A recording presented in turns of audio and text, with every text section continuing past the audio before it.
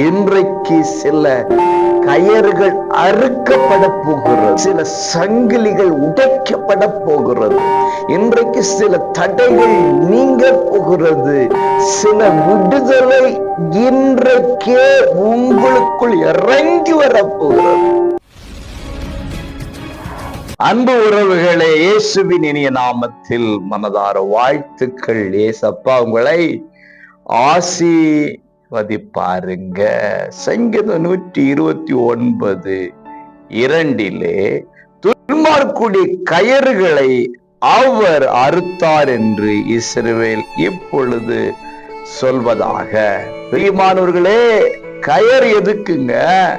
கட்டி வைக்கிறதுக்கு, முன்னேற விடாதபடிக்கு கட்டி வைப்பதற்கு தான் கயறு.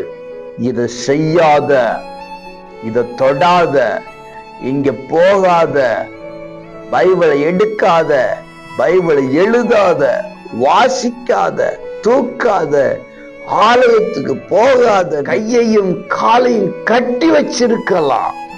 அதனால நீங்க செயல்பட முடியாமல் முடங்கி கிடக்கிற நிலைமையில சத்தத்தை கேட்டு கொண்டிருக்கலாம். கர்த்தர் அவர்கள் உங்களை கட்டி வைத்திருக்கிற கயறுகளை அறுக்க போகிறார். இன்றைக்கு சில சங்கிலிகள் உடைக்கப்பட போகிறது.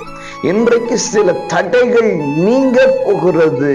சில விடுதலை இன்றைக்கே உங்களுக்குள் இறங்கி வரப்போகிறது. கட்டுகளும் கயிறுகளும் இயேசுவின் நாமத்தில் அறுக்கப்பட போகிறது.